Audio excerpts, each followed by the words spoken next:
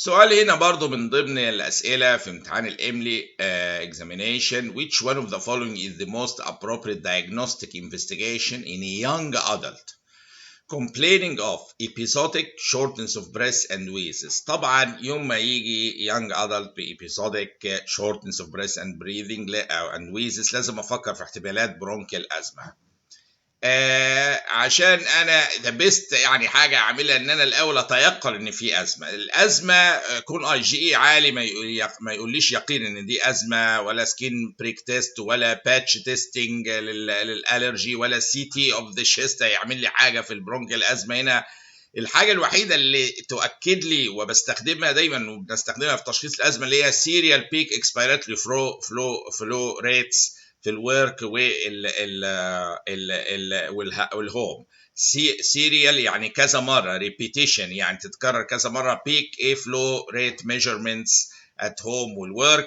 الميزه فيها ان هو يقول لك لو في السيريال اثناء كذا مره peak expiratory flow rates او peak flow meter measurements at home والwork، لو في تغيير اكتر من 20% على مدى اليوم دي بتساعدني اشخص على طول ايه حاله ايه برونكيال ازمه. يوم ما الاقي اكتر من 20% تشينج على مستوى اليوم دي غالبا في element of ايه برونكيال ازمه، ما هياش مجرد كرونيك برونكايتس زي سي او بي دي. يعني انا لو انا عندي حاله سي او بي دي واديتها جهاز البيك اكسبيراتوري فلو ريت ومفيش تشينج بيحصل، يبقى دي مجرد سي او بي دي وخلاص. لو في تشينج اكتر من 20% في البيك اكسبيراتوري فلو ريت ميجرمنتس على مدى اليوم الواحد يبقى دي حاله ازمه رياكتيف اير واي اوبستراكشن، ودي في element of reversibility في الوضع بتاعه وتحسن اكتر. طب في فايده تانية ممكن اجي العيان ده مثلا اعمل له الاقي في الويك اندز البيك اكسبيراتوري فلو ريت زي الفل، في ايام الشغل سيئه جدا وضعيفه جدا البيك اكسبيراتوري فلو، يبقى دي اوكيوبيشنال ازمه. فيبقى انا عندي استخدامات جميله، ولكن في نهايه الامر ان هو اهم حاجه البيك اكسبيراتوري فلو ريتس دي هي اللي بتحدد لي العيان ده الاول ده عنده برونكيال ازمه، وبعد كده بنشوف ايه امور اخرى لو احتاجنا. هنا الحالة دي برضو لطيفة. following statements about vaginal discharge are correct. كل دول correct ما عدا واحدة. فهو عامل ايه؟ اليوكوريا means excessive amount of normal vaginal discharge. طبعا correct، دي اليوكوريا تعرفها. estrogen therapy increase the amount of vaginal discharge مظبوط، وعشان كده لما بيقل الاستروجين بعد المونوبوز ممكن يحصل dryness في الفاجينا واتروفيك فاجينايتس. columnar epithelium of the cervix contribute للنورمال vaginal discharge. نعم، في يعني ده له element وله رول ولو بسيط، ولكن له دور في الامount of vaginal discharge increases only during infection. الكلام ده غلط، في اسباب للفاجينال ديسشارج ممكن مش انفكشن خالص، يعني هي انواع متعدده زي ما هنشوف. يعني ممكن فاجينال ديسشارج يبقى من انفكشنز، من اتروفيك فاجينايتس، من كانسر، من فيستولا في انفلاماتوري باول ديزيز موصله مع الريكتم، من بيلفيك انفلاماتوري ديزيزز. كل دي ممكن ايه توصل تعمل شويه فاجينال ديسشارج ما هياش انفكشن بالصوره ايه التقليديه. فهذه هي الإجابة إيه الخاطئة اللي amount of vaginal discharge increases only during infection. هي دي الإجابة الخاطئة اللي هو عايزها، وعاوز الغلط. Atrophic vaginitis is relatively common in postmenopausal women.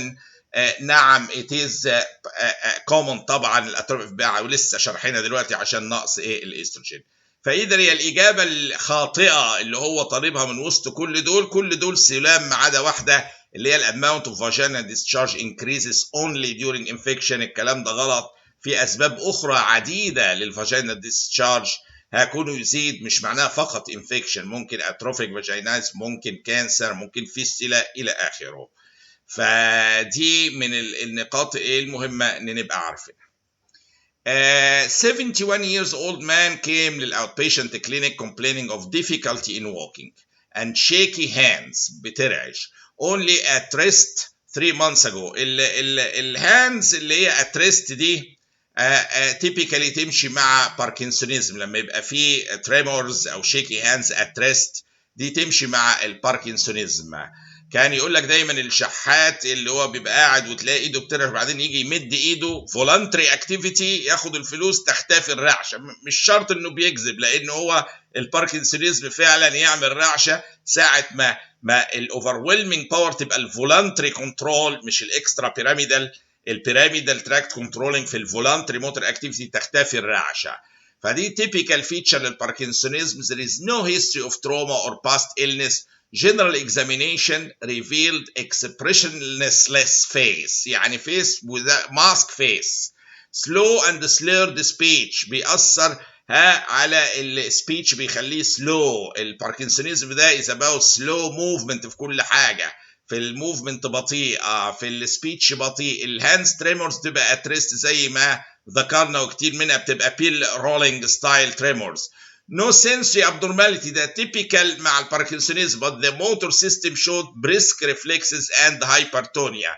ده بعض انواع الباركنسونيزم بيبقى متاخد فيها البيراميدال تراكت كمان كبارت من سيندرومز بتاثر عليه وممكن تعمل هايبرتونيا وهايبر ريفلكسيا. لكن حتى الباركنسونيزم باي يعني اتسلف بيبقى التون عالي قوي فيه، يعني التون عالي ده طبيعه الباركنسونيزم.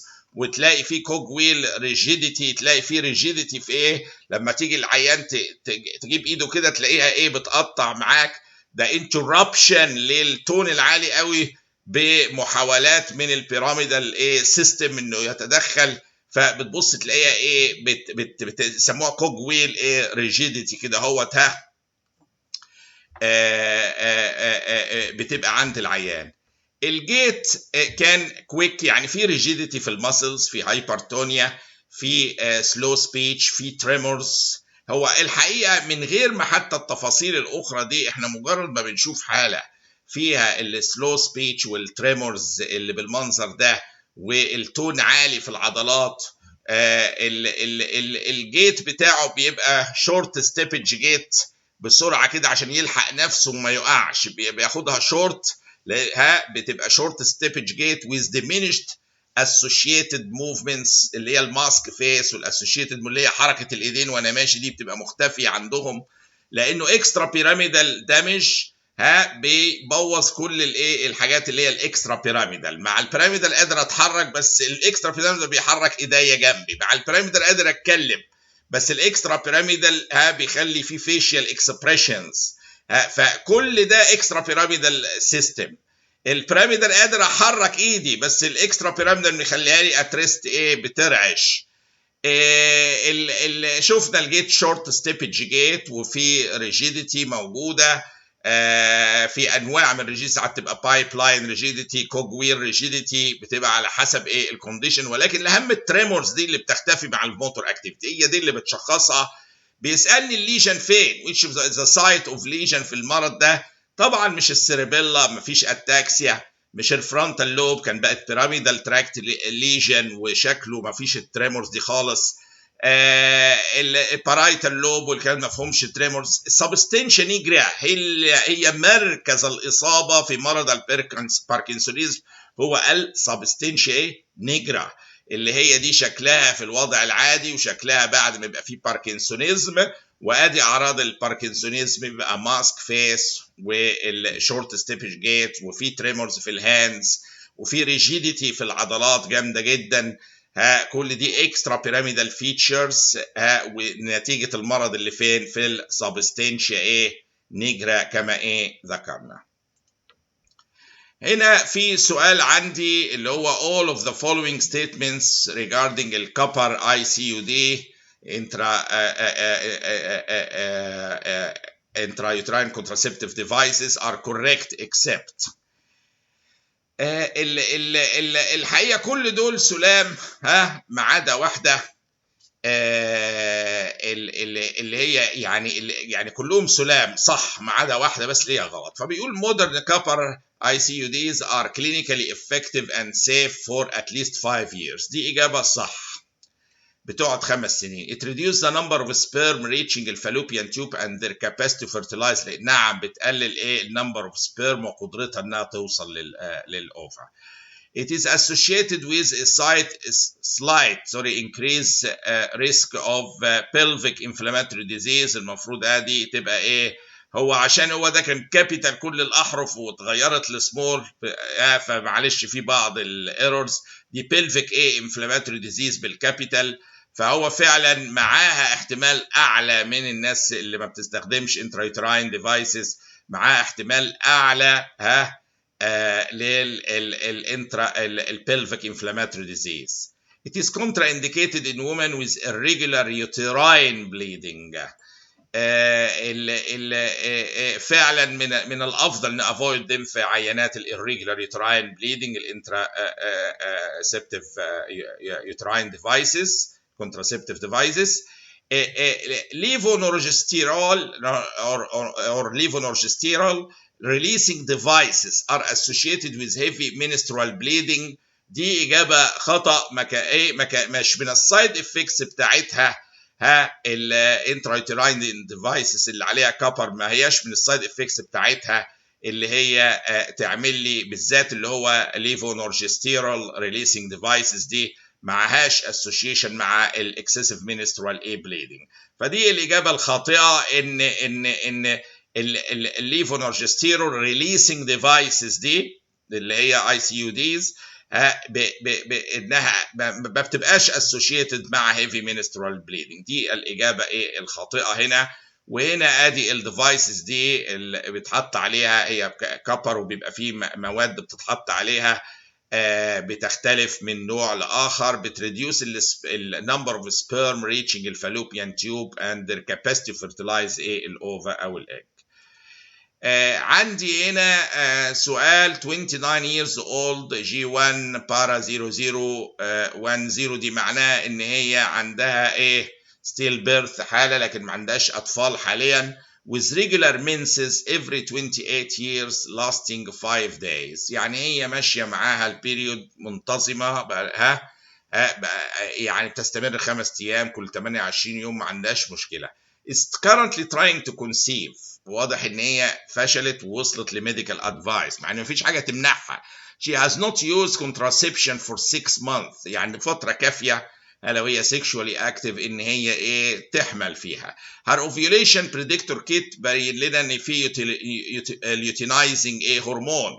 معناها ايه اليوتينايزنج هرمون هنا بس عشان نبقى الامور ايه واضحه، ان ان البروسيس ماشيه شغاله لحد ما ال اتش يطلع ويديني في الكيت دي ان في اليوتينايزنج هرمون طلع، بعدها المفروض يحصل الاوفيوليشن مع البيك دهيت، المفروض تبان في الجد وبعدها يحصل اوفيوليشن. كوني وصلت للمرحله دي والست دي ما بتحملش، يبقى في مشكله في الحته دي اللي هي الريليس اوف ذا اوفا نفسها من الجريفيان فوليكل، ودي اللي بتتسبب في حاجه اسمها ايه فوليكولار سيست تتخلق، اللي هي نتيجه عدم القدره على ان الاوفا تبقى ريليست، تقوم من الجريفيان فوليكل تقوم تفضل وتكبر الفوليكل وتعمل لنا في الاخر ايه فوليكولار سيست بالمنظر ده. فكوني يقول لي ان ده اليوتينايزنج هرمون موجود وكافي، ما فيش اي مشكله في كده، يبقى احنا وصلنا في الكيرف للحته دي. يبقى ايه المشكله جايه في ايه؟ جايه في لحظه الريليس بتاع الايه الاوفا من الجريفيان فوليكلز دهيت فيها ديفكت، فما بتبقاش ريليس، بتفضل كما هي جواها وتكبر تعمل ايه الفوليكولار واتس كولد فوليكولار سيست. وده احد ايه اسباب اللي ايه منع الكونتراسبشن عند هذه ايه العيانه او الايه البيشنت. ونشوف السؤال القادم باذن الله.